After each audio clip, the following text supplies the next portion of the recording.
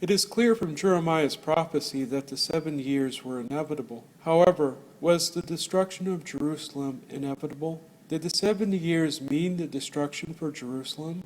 During the 70 years, the Jews would have to serve Babylon, but would the servitude mean exile? For answers to this, we must examine the book of Jeremiah in more detail. Truly, for the full context about the 70 years, it is best to carefully read Jeremiah chapters 25 to 29. It is only then that we can truly understand what Jeremiah meant. For the sake of time, the reading of these chapters would be very good homework. Without this homework, the 70 years just cannot be properly understood. Let us review the contents of these chapters. Chapter 25 opens in the 4th year of Jehoiakim, and Jeremiah delivers his important prophecy about the 70 years. The nation of Judah had not listened to God, and as a consequence of their disobedience, God was sending his servant Nebuchadnezzar. However, it was not just Judah that would be affected, but all these nations all around. These nations would face the prospect of ruin and destruction of their land. Indeed, the land of Judah, overrun with invading armies from Babylon, would become ruined, desolated. Crops would be burned or confiscated. Unfortified towns would easily be taken over, destroyed. However, this was not a Judean problem only. Jeremiah said that all these nations would serve Babylon 70 years. It was around this time that Nebuchadnezzar won a decisive battle at Carchemish in 605 BC, and from that point onward, from the region of Syria to Palestine, it all became his. The entire region, all the nations all around, including Judah, began to serve him. Indeed, the 70 years had begun.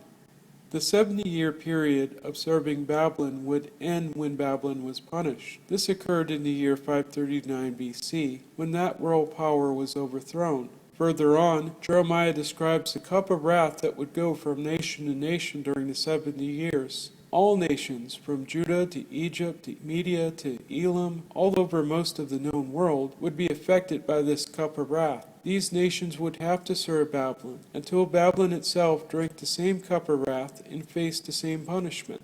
But did serving Babylon mean exile to Babylon? Did it literally mean total destruction for these nations? Notice Jeremiah chapter 27 and how it harmonizes with the thoughts of chapter 25. It is clear in this passage that this is before the destruction of Jerusalem, either in the beginning of Zedekiah's reign or possibly at the beginning of the reign of Jehoiakim. Here Jeremiah is told to make a yoke and send this yoke to Judah as well as neighboring nations. God has given all these lands into the hand of his servant Nebuchadnezzar, and these lands were to serve him and his successors until the time came for his own land. This prophecy came with a warning and a promise. Notice verse 8. But it will be that the nation or kingdom that will not serve him, Nebuchadnezzar the king of Babylon, and that will not put his neck under the yoke of the king of Babylon, I will punish that nation with a sword and with a famine and with a plague, declares Yahweh, until I have destroyed it with my hand. Notice the contrast if they would bring themselves under the Babylonian yoke in verse 11. But the nation that will bring its neck under the yoke of the king of Babylon, and will serve him, yet will I leave on its own land, declares Yahweh. And they will till it, and they will live in it. Notice they had to put on the yoke of servitude. If they did, they would serve the king of Babylon in their own land. They would not have to face exile or total destruction during the 70 years, provided they served Babylon. However, those who would not serve under the Babylonian yoke would face destruction and exile. The chapter warns them not to listen to the false prophets who were telling them not to serve Babylon.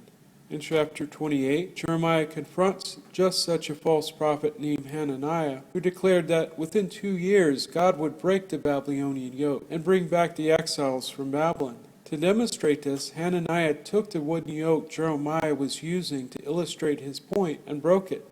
In verse 13 and 14, Hananiah is told, You have broken yoke bars of wood, but you have made in place of them yoke bars of iron. I have put a yoke of iron on the neck of all these nations to serve Nebuchadnezzar, the king of Babylon, and they will serve him. It is in this context that Jeremiah writes his letter found in Jeremiah 29, which is written to those exiled in Nebuchadnezzar's 7th year. He tells them to settle in the land, warns them again not to listen to the false prophets, and assures them that at the fulfillment of the 70 years for Babylon, they would be able to return. Notice the 70 years for Babylon were ongoing. Their hopes were tied up in the end of that period. Therefore, while the 70 years were inevitable, indeed the 70 years of servitude were upon them, the destruction of Jerusalem was not as long as they served the king of Babylon.